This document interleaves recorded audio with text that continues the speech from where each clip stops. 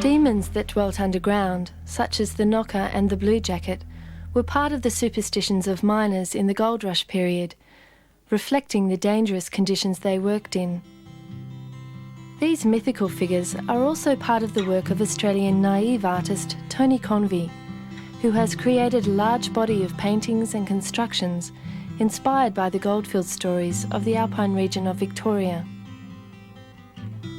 The term naive is generally used to describe self-taught artists, working intuitively from their own experiences and dreams. Or perhaps ordinary people refusing to be disenfranchised from art. I think naive art is basically art from the heart and not from the head. I think academic artists start out embedded in art history, and they have to work through the influences of previous styles and artists before, in theory, they develop their own style, but it usually doesn't work out that way anyway.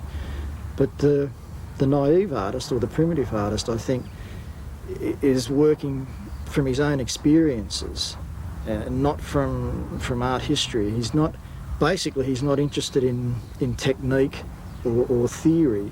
He's just interested in finding a medium to express his own sort of personal history and dreams and visions. To me, bright colours suggest happiness and joy and clarity. That's just the way I see the world. A lot of people, when they see my pictures, think the colours are lurid and bright, but I don't know. That's the way I see the world. I've never even thought about it. I think that's another difference between the naive artist and the mainstream artist. Even though my narrative pictures look far more controlled and detailed than the ramshackle sort of ephemeral work, they are still fairly free in that I never plan them beforehand. I never draw out the detailed picture on the board before I start. I still basically start at the top and the images just sort of come out of messing around with the paint, even though the end result looks quite the opposite. The actual process is still fairly spontaneous.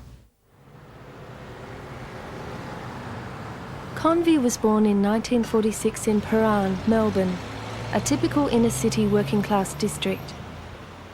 Memories of his childhood and a child's perception of the world inform much of his work, and catalogue notes he prepares for exhibitions are often in autobiographical form, telling stories of fear and discovery. My early childhood in Prahran, Melbourne in the late 1940s was idyllic. I lived in a magical world where I was connected to everything. An old man who lived across the street built a little bench on our gate so I could watch the people and animals passing by. My first strong visual impressions were of cinema ads displayed outside the many theatres in the neighbourhood, and the equally brightly coloured comics we collected.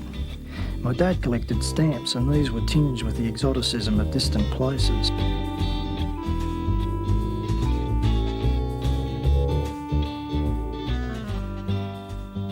When I was sent to school, my life turned into a nightmare. I felt like a caged animal. I remember hanging onto the school door and people trying to drag me into the classroom. In the end, I was sent to a boarding school run by nuns to stop me from playing truant. My overwhelming terror of school and subsequent experiences at boarding school turned me into an outsider. I'd been incarcerated in a boarding school at Mornington. I'd run away from the school and was being pursued by a couple of the nuns and a caretaker. I'd run out onto a thickly wooded headland and I was standing on the edge contemplating the breakers crashing over the rocks far below. I was weighing oblivion against returning to the hated institution when I heard a rustling at my side. A huge fiery red fox was staring at me from underneath a tangle of scrub. His large golden eyes drained me of destructive ideas and I allowed my captors to lead me off. The most persistent image in my work is the beast. Whether drawing, painting or making sculpture, the golden eyes of the fox continue to exert their fascination. As a teenager, Convey played bass in a rock band, and still lists among his chief inspirations Buddy Holly, Roy Buchanan, Blood Ulmer, Bach, Messiaen, and the Sun record label. Working as a customs officer, he joined his father, grandfather, and great-uncle on the waterfront. Later, his brother Stephen would also work there.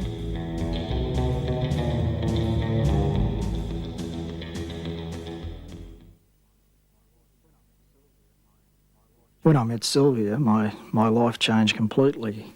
Sylvia was a painter, and she'd been a painter since her early childhood, and she was either painting or drawing or making fibre art all the time, and this really sort of affected me. I was really intrigued by it.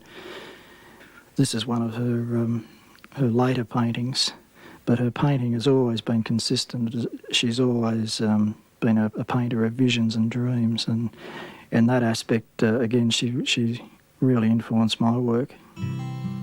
This was my first painting. I'd been watching Sylvia paint, and it had given me a lot of pleasure just watching her, and I thought perhaps I might be able to do something like that myself. And one Saturday afternoon, she gave me a little board and some of her paints, and I made this small picture of a bird landing on water.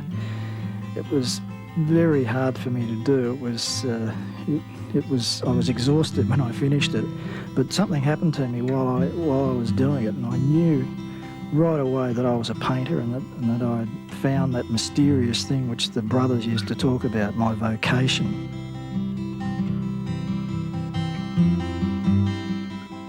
Leaving Melbourne to settle in the Tallangatta district of northeast Victoria, the Conveys became fascinated by human interaction with the landscape. In the Mitta Mitta Valley, Aboriginal paths led to boulder-strewn summits, and the steep gullies were honeycombed with old tin and gold mines. We wandered over every inch of this little valley.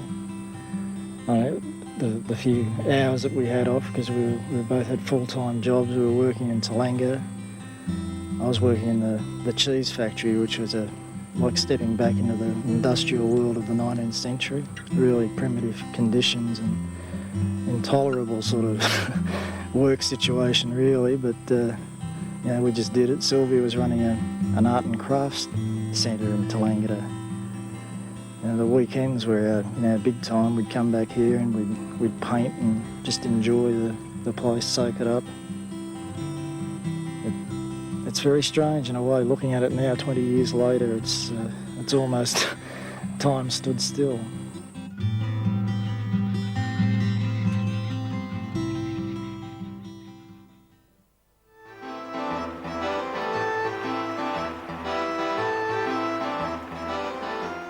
This is the treatment plant of the Morden Yellow Girl gold mine. The Morden Yellow Girl was the largest gold mine in the Victorian Alpine area.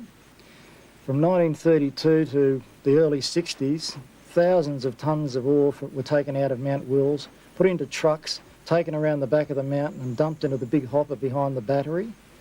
The ore was crushed, the sludge was pushed out of the battery onto the river flats over there, creating an incredible environmental hazard because the treatment required the use of cyanide and other chemicals. In fact, this whole site is literally riddled with cyanide and noxious chemicals. It's probably never recoverable. Mrs. O'Connell, who ran the most popular boarding house at Glen Wills, was said to have the gift of second sight. On one occasion, after having a vision of a miner near death in his isolated hut, she rushed out to the hut in the early hours of the morning, just in time to save his life. Hydraulic sluicing was perhaps the most destructive form of mining ever devised. It involved harnessing the power of nature against nature. Millions of gallons of water were diverted from streams at a higher level than this claim and brought in using miles and miles of fluming. It was then put through great pressure through gigantic nozzles and hoses and projected against the walls of this hill. This was once a mini mountain. And the force of the water gradually washed away the walls of the mountain, leaving this huge gaping hole. And really they were only interested in about 2 feet of the gold-bearing gravels at the base of the hill. So all of this, hundreds of acres, was sluiced into the river just to get at 2 feet of gold-bearing gravel. The gold never ran out. The gold was still all around us, but it was closed down because of the dreadful environmental consequences of pumping the sludge straight back into the Mitta River.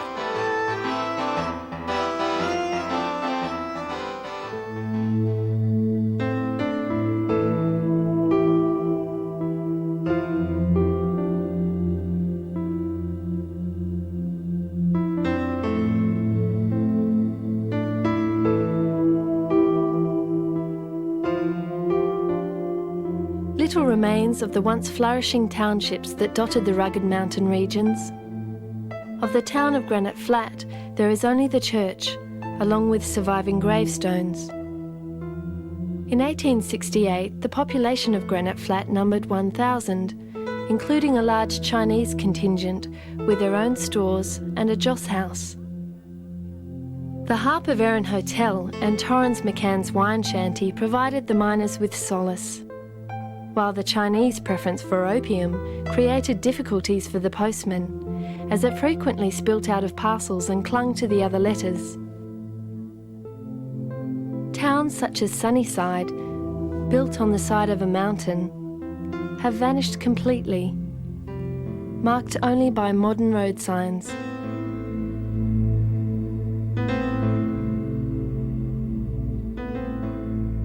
Exploring these old mountain goldfields gave me an incredibly intense visual stimulus. I was absorbed by the drama of the days when men were struggling in a quite a harsh environment, trying to make money out of digging the gold out of these hills. I tried to capture something of the colour and the movement of the environment, the something of the struggle and something of the quality of the people who worked on these fields, something of their determination. Nothing seemed to stop them. They overcame incredible obstacles, and it really it really inspired me.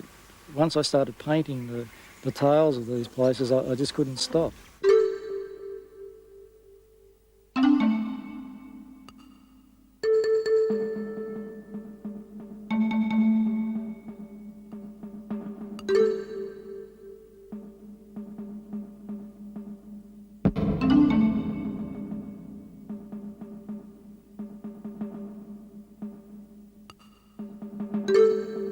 This is the haunted stream, which is usually associated with the notorious Tom Toke. It's here that he's supposed to have led Ballarat Harry and murdered him and chopped up his remains and burnt them in his fire.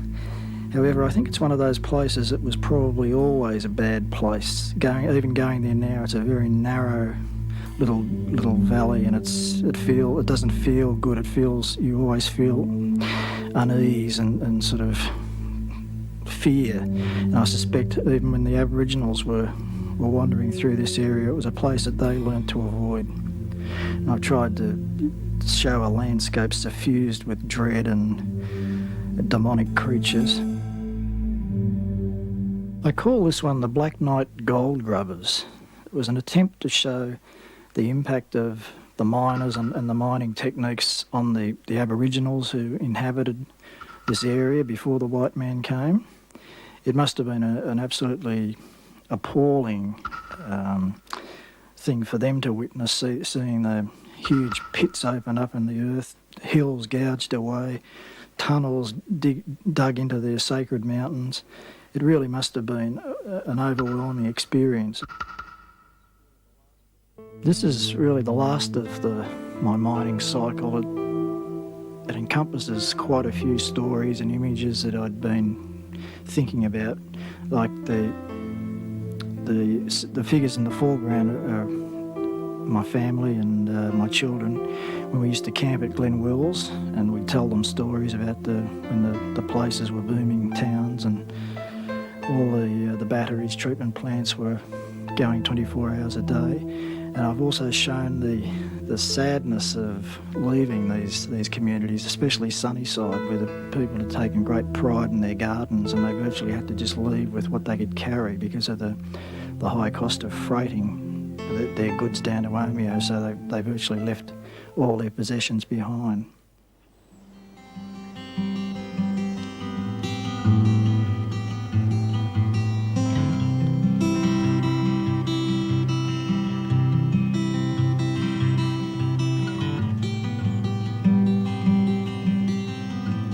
My art doesn't really fit into those sort of the stereotypes of what naive art is, so in that sense it's harder for artists like me to exhibit in the, given the limited opportunities there are in Australia for showing this sort of work, because my work does go from this sort of material to more conventional sort of, paintings that hang on the wall.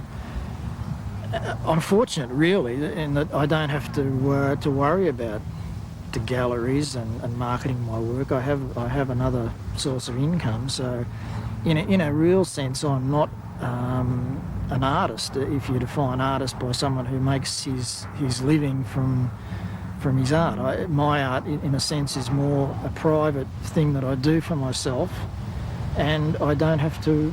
I don't seek opportunities to show it. If I'm offered opportunities and I feel comfortable with them, I show my work, but I'm really fortunate that I don't have to seek it out. I don't have to sort of go around and knock on gallery doors and look for opportunities to show my work so that I could sort of live. Not far from Convey's suburban home lies the Molonglo Valley, something of an alternative studio for him, and an area known for yielding Aboriginal artefacts. In addition to being an ideal workplace, the river provides materials for creating temporary works to harmonise with the landscape.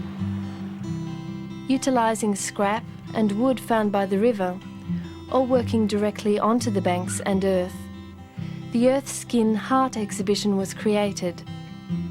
I felt very uncomfortable with selling my work. In fact, the last 3 shows solo shows I've had in Australia, none of the work was for sale. I much prefer to keep it for myself. I need it. I'm not painting for anybody else. I'm painting for myself, and the pictures have more meaning for me than for anybody else. And some of them I need to have around me for an indefinite sort of time. I sort of draw something out of them, some sort of sustenance.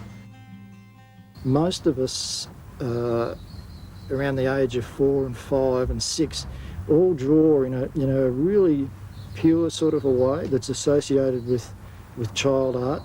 But most of us lose that by about the age of 7 or 8, and we draw and paint just like everybody else, with perspective and a general sort of standardised look.